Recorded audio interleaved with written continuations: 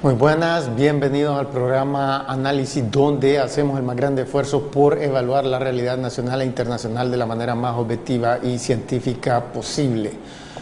Hoy queríamos hablar de un tema filosófico, el tema del sentido de la vida. Podrá parecer esto en primera instancia como algo un poco trastocado y real, considerando que Honduras todo el tiempo está envuelta en graves problemas, en este momento un rápido aumento del precio del petróleo y de los alimentos que promete degenerar probablemente en algo muchísimo peor. Pero este tema, un tema existencial, un tema filosófico, un tema ontológico, la razón de ser, ¿cuál es el motivo de los seres humanos en esta vida? Muchas personas, sobre todo las personas más inteligentes, en algún momento se lo van a preguntar en su vida. Algunos hay veces que se pasan toda una vida repitiendo mecánicamente algo que alguien les ha dicho y no ponderan mucho, pero de una u otra manera, sobre todo cuando la gente se lleva un susto con la muerte, con una enfermedad, un accidente o, bueno, tanta violencia y crimen aquí en Honduras, algo que los hace ponderar sobre el sentido de su vida. Entonces, ¿cuál es? Ese es un tema que se lo han estado haciendo los seres humanos, las personas desde hace siglos, desde hace milenios, desde los albores de la civilización, desde los albores de la humanidad en sí misma. Los antropólogos dicen que el ser humano como tal apareció hace aproximadamente 100.000 años. 100.000 años, una gran cantidad, y encontramos desde los primeros índices, desde los primeros momentos de que encontramos rasgos de actividad social, encontramos cosas que nos hacen pensar que aún en aquel entonces las personas estaban ponderando sobre la razón de ser. Entonces, queríamos mostrar unas fotos que ilustran mucho este concepto de cuál es el motivo de mi existencia, cuál es la lógica de mis acciones. Pasemos estas fotos y uno usualmente cuando ve en una noche estrellada el universo, uno tiene la percepción que es una vasta cantidad de espacio físico y uno a veces lo hace meditar sobre cuál es el sentido de la vida. Es decir, estoy haciendo lo correcto, correteando, por ejemplo, únicamente el placer, las mujeres o la familia o qué sé yo, el dinero. Entonces la gente pondera sobre esto y sobre todo la posibilidad de que se vaya a morir. Eso hace todavía meditar más a las personas sobre el sentido de la vida, de dónde venimos, hacia dónde vamos, cuál es la razón de ser de todo esto. Entonces, ese tema se le han dado una gran cantidad de respuestas, infinidad de personas, las religiones le han dado una respuesta, obviamente. Prácticamente todas las religiones coinciden con ese punto, pero los más brillantes pensadores desde la antigüedad, por ejemplo, desde la antigüedad griega, hace 2400 años, por ejemplo, se preguntaban sobre este tema de personas como los primeros filósofos en la antigüedad griega, en la Atenas esa es una pintura de Paul Gauguin, el famoso postimpresionista francés, una pintura que habla precisamente sobre lo que él miraba como el sentido de la vida, la preocupación que la gente tiene, pero miramos, esta es más que todo la visión religiosa, sería tratar de cumplir con todas las reglas de Dios, amar a Dios para llegar al cielo y poder gozar de la felicidad eterna en el cielo. Pero aquí vemos a Sócrates, al famoso Sócrates, que vivió hace como 2450 años en la antigua Atenas, y estos son dos de sus seguidores, Platón y Aristóteles. Y ellos regresemos al estudio, y ellos tenían una visión más o menos similar, estos tres pensadores, grandes pensadores griegos. Regresemos al estudio, por favor. Teníamos una visión bastante similar sobre la razón de ser. Para ellos el sentido de la vida era acumular la mayor cantidad de conocimientos, porque acumulando la mayor cantidad de conocimientos la gente se volvía buena. Lo cual las estadísticas, miren que gente más inteligente, hace 2400, 2000 y pico de años, 2500 años, esta gente estaba pensando eso, y las estadísticas hoy día muestran que todos los países del mundo, las personas que más estudian son las que menos cometen crímenes, las que menos cometen actos inmorales también, como por ejemplo la promiscuidad, el adulterio, etcétera. El consumo de drogas, por ejemplo. Entonces miramos que efectivamente los científicos son las personas más abstemias del crimen y de otras actividades asociales. Esto lo decían hace 2400 años las personas más inteligentes del mundo en aquel entonces, que hoy todavía recogemos en nuestros libros de filosofía. Pero ¿es esa la respuesta? Bueno, hay algo de lógico en eso, pero aún así sabemos que aún las personas más estudiadas del mundo sufren enormemente de infinidad de problemas, empezando con enfermedades que no se pueden curar, etcétera, la presión constante siempre de la muerte, como decía un filósofo danés del siglo XIX, Søren Kierkegaard, cada día que pasa es un día más cerca de la muerte. Un pensamiento bastante negro, pero muy cierto. Entonces, ¿cuál es el sentido de la vida? ¿Son simplemente seres que nacen, crecen, se reproducen y mueren, o somos algo más? Pero sobre todo hoy día, queremos mostrar las fotos que seguían después de esta. Hoy día, ese concepto del sentido de la vida le han dado un nuevo vuelco los científicos, biólogos, cosmólogos, físicos, como Stephen Hawking de la Universidad de Cambridge hasta el año pasado, por 30 años, dio clases en la Universidad de Cambridge y ahora sigue en la universidad, pero en otras actividades más filosóficas sobre el sentido de la ciencia y de la vida, o el que sigue Richard Dawkins, que es también un profesor de la Universidad de Oxford, las dos mejores de Europa. Entonces, regresemos al estudio. Estos hombres le han dado un nuevo enfoque y han utilizado los nuevos conocimientos de la ciencia, conocimientos en física, conocimientos como por ejemplo la teoría de la gran explosión, Big Bang Theory, o las teorías sobre la genética, la evolución, sobre lo que está revelando estos nuevos campos de la biotecnología, y también la psicología social, ahí metido menos ahí. El punto es que si miramos en la historia de la humanidad y miramos también el desarrollo del mundo de la biología, de la zoología, miramos que todos los seres en este planeta, incluyendo nosotros, tenemos un objetivo fundamental, y el objetivo es mantenernos con vida. Esa es la primera. Como dicen los psicólogos sociales, el terror de la muerte que era algo similar a lo que decía el danés que mencionamos, el filósofo danés Kierkegaard. Ese temor persistente de la muerte que dicen los psicólogos es la preocupación número uno del ser humano.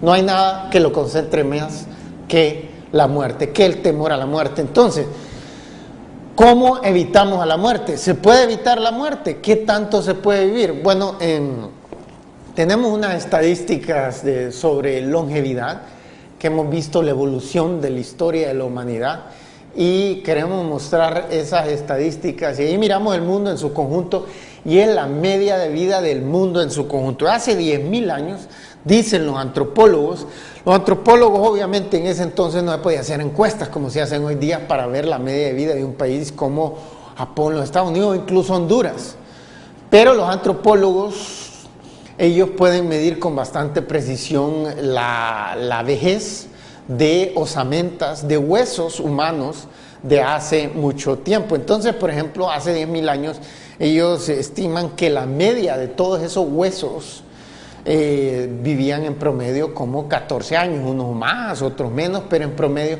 ¿Por qué? Porque no había absolutamente ninguna tecnología.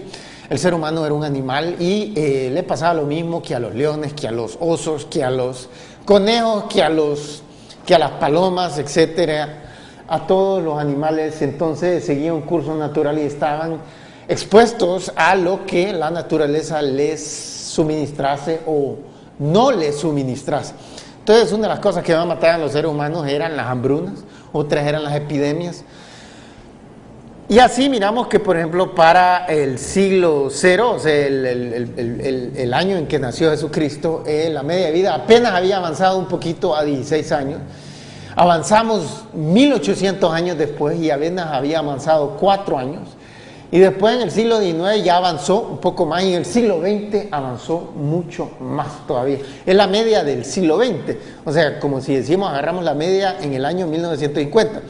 Y hoy ya miramos en el 2009, es más alta, y en los países ricos hoy día es 83 años. Entonces sabemos que no es inmutable, que eso puede cambiar, que eso no es una cosa fija, que no es algo dictaminado, por ejemplo, por un ser superior. Y dice, los seres humanos van a estar siempre expuestos a epidemias, a enfermedades. No, sabemos que con ciencia y tecnología las podemos vencer. ¿Qué es lo que hace avanzar la ciencia y la tecnología lo más rápido posible? Eso lo vamos a discutir después de esta pausa comercial, porque en este momento tenemos que hacer una pausa comercial.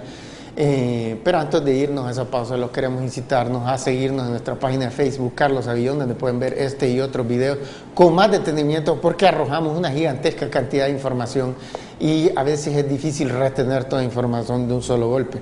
Así que no se van a ir, que en unos escasos minutos vamos a regresar con más información, con algo sorprendente, los va a dejar realmente estupefactos sobre lo que vamos a lograr hacer pronto en este país y en otra región del mundo, si seguimos el camino de la razón. Pero primero queremos llegar a saber cuál es el sentido de la vida, algo que nunca nadie ha podido dar una respuesta coherente, pero hoy le vamos a dar una respuesta coherente, lógica, sistemática, consistente, que se imbrica de manera congruente con todos los datos de la ciencia. Así que por favor no se vayan, que por primera vez les vamos a dar una dirección clara sobre cuál es el sentido de cada uno de todos los hondureños y las hondureñas.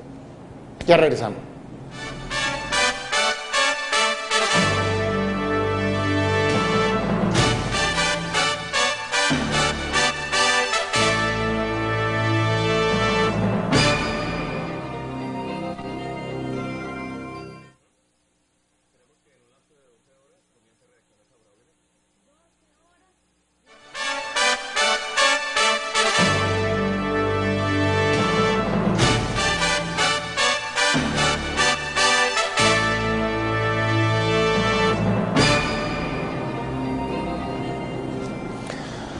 Bueno, estamos de regreso. Estábamos hablando sobre filosofía, sobre el sentido de la vida, sobre existencialismo, sobre el sentido de la existencia, sobre ese tema, palabras muy difícil de escuchar en otros ámbitos más que en los libros de filosofía, el tema del sentido de la vida, el tema ontológico, del ser.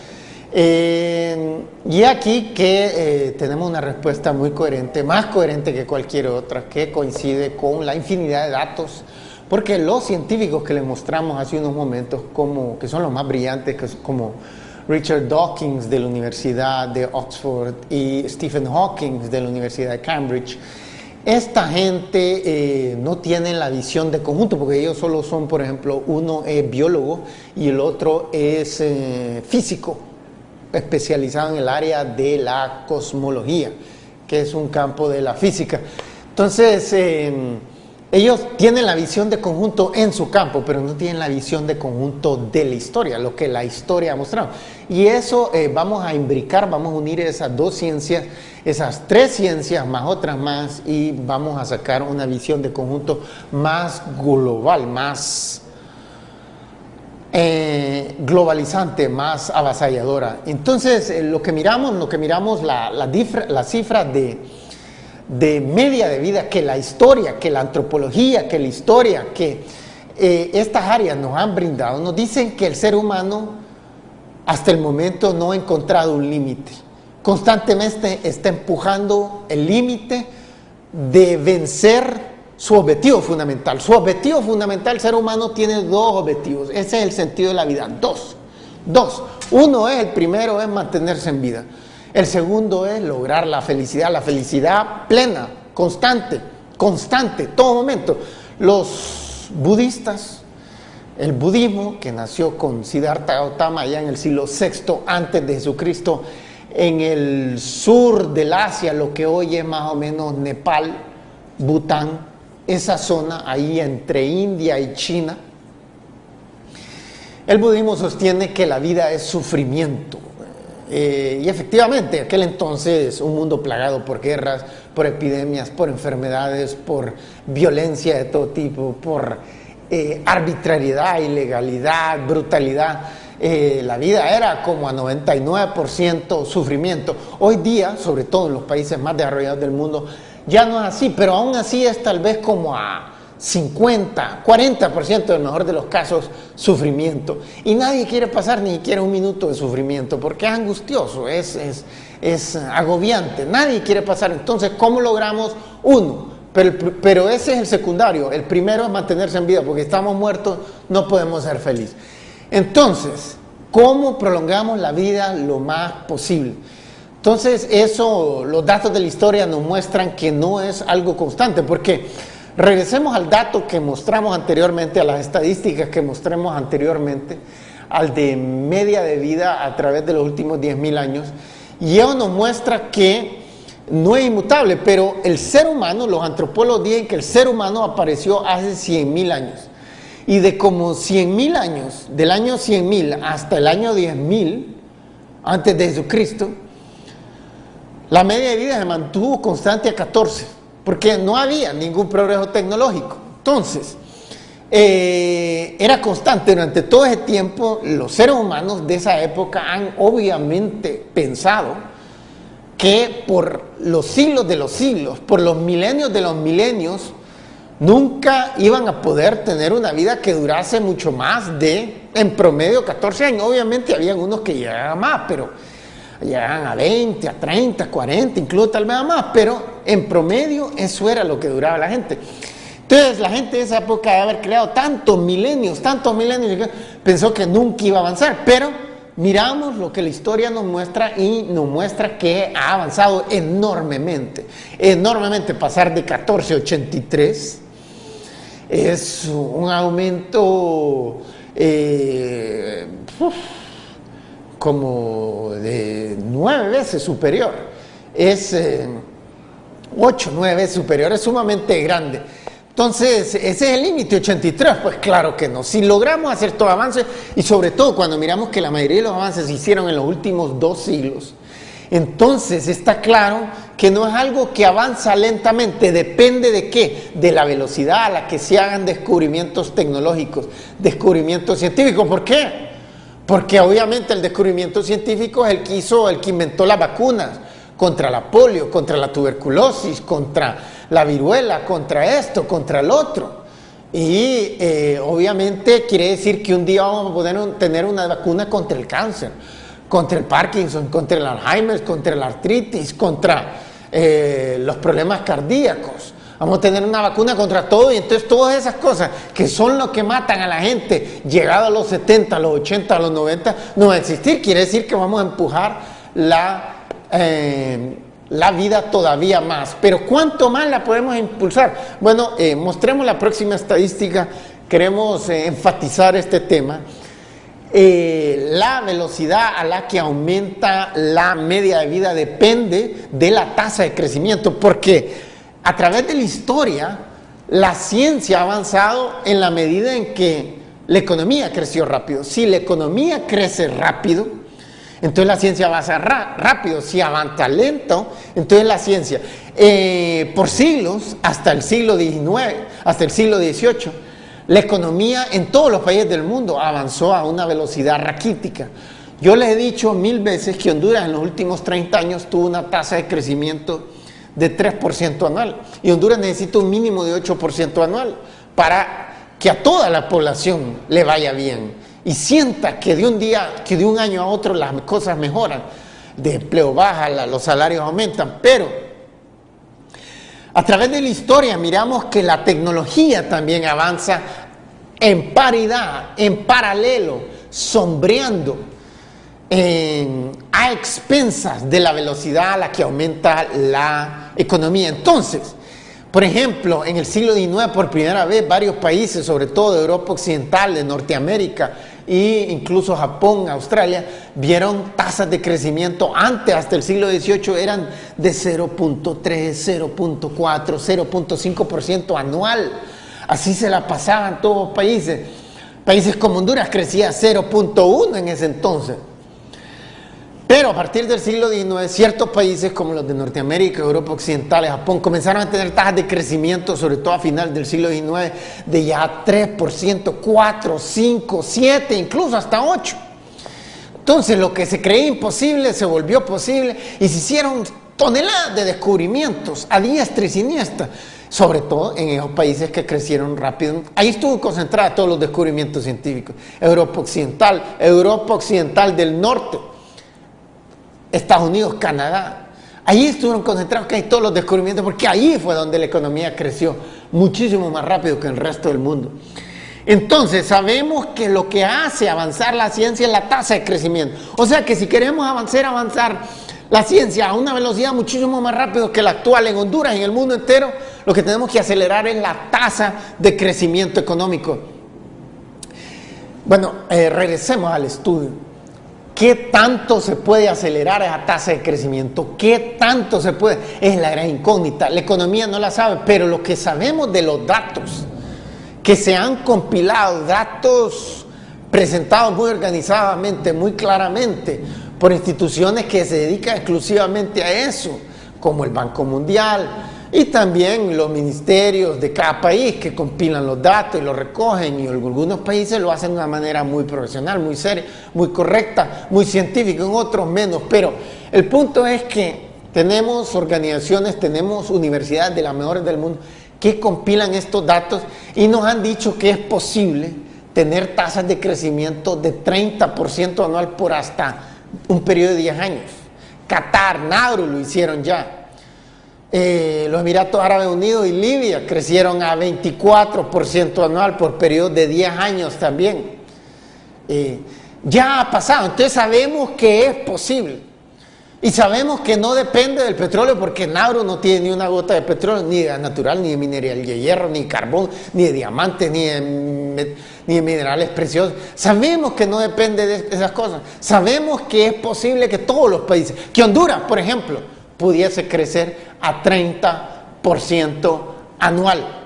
A esa velocidad Honduras se hace súper rico a la velocidad de la luz, pero también los descubrimientos científicos avanzarían a la velocidad de la luz. Entonces, vamos a tener que hacer una pausa comercial y cuando regresemos vamos a abordar este tema con más detenimiento, con más precisión, y sobre todo vamos a hacerles comprender cómo es posible que en muy poco tiempo los hondureños, todos los hondureños, 8 millones, no significaría que todos que están en el extranjero se regresarían, porque les mandarían avisar a sus parientes que las condiciones de vida aquí están mejores, que los salarios aquí están mejores, que el índice, que el nivel de criminalidad está más bajo que en los Estados Unidos, que la vida es bella, es hermosa, es magnífica, es esplendorosa aquí, en este país, y que incluso la felicidad eterna, la felicidad perfecta, se puede obtener, de tal forma que los seres humanos pasarían, los hondureños pasarían, en este momento tal vez pasan 10%, 5% del total de sus días en este mundo felices. Entonces tendríamos un 95%, tal vez un 100% de felicidad constante para todos y todas. Entonces vamos a ver cómo ese sentido de la vida, el 1, mantenerse con vida por tiempo indefinido incluso, y 2, ser feliz constantemente, es posible y está a la vuelta de la esquina. Así que por favor no se vayan, que ya regresamos después de esta breve pausa publicitaria.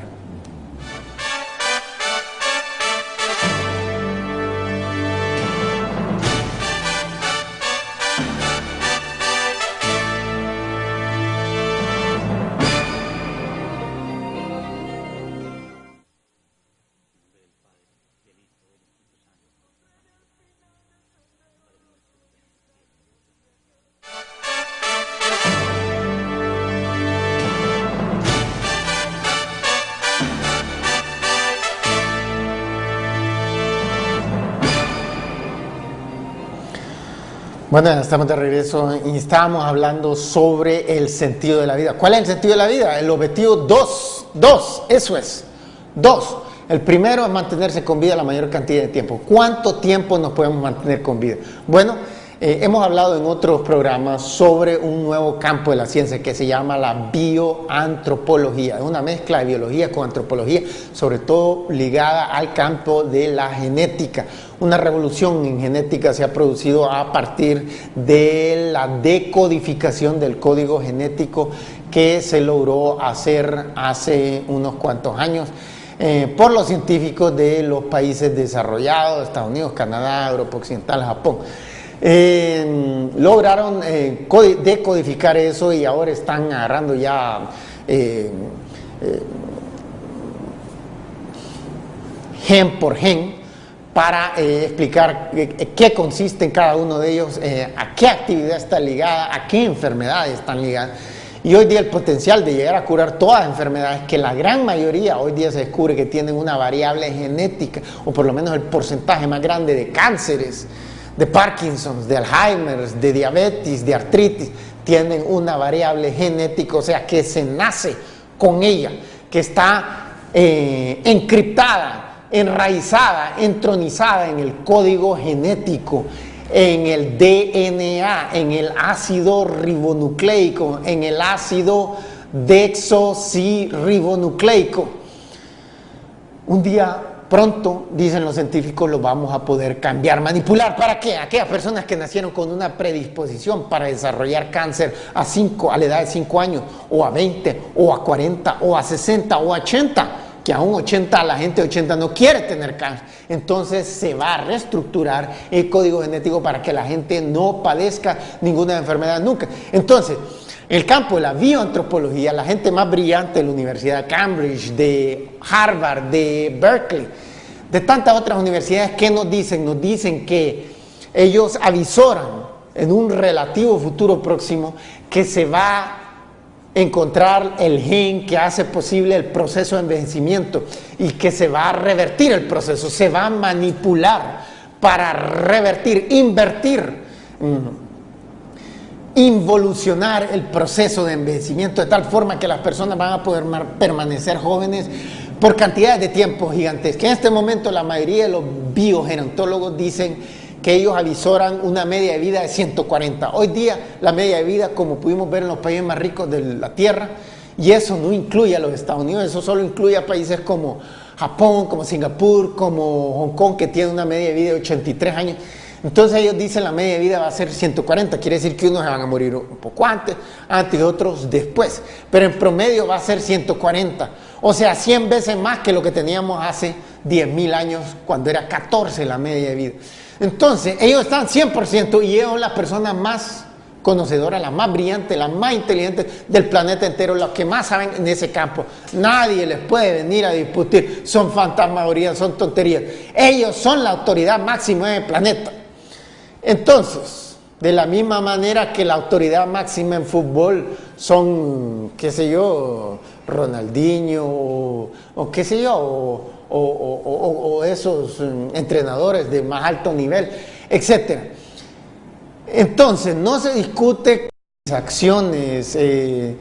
Pasemos estas fotos y uno usualmente cuando ve en una noche estrellada el universo, uno tiene la percepción que es una vasta cantidad de espacio físico y uno a veces lo hace meditar sobre cuál es el sentido de la vida. Es decir, estoy haciendo lo correcto, correteando, por ejemplo, únicamente el placer, las mujeres o la familia o qué sé yo, o el dinero.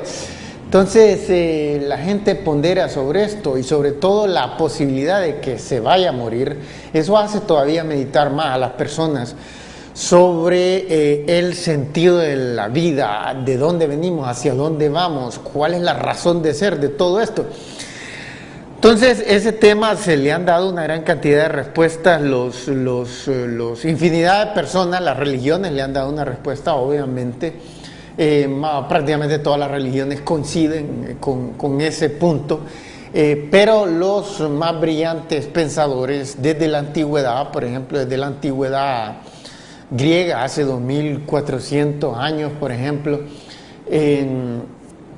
se preguntaban sobre este tema de personas como los primeros filósofos en la antigüedad griega, en la Atenas esa es una pintura de Paul Gauguin, el famoso postimpresionista francés, una pintura que habla precisamente sobre lo que él miraba como el sentido de la vida, la preocupación que la gente tiene, pero miramos, esta es más que todo la visión religiosa, sería tratar de cumplir con todas las reglas de Dios, amar a Dios para llegar al cielo y poder gozar de la felicidad eterna en el cielo.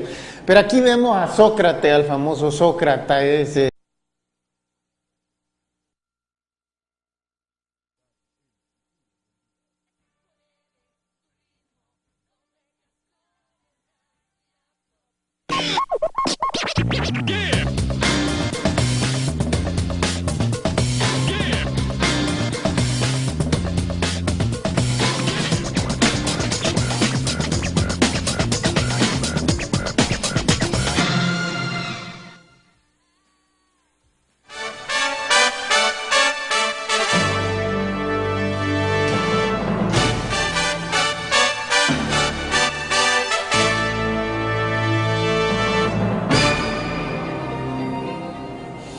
Muy buenas, bienvenidos al programa Análisis, donde hacemos el más grande esfuerzo por evaluar la realidad nacional e internacional de la manera más objetiva y científica posible.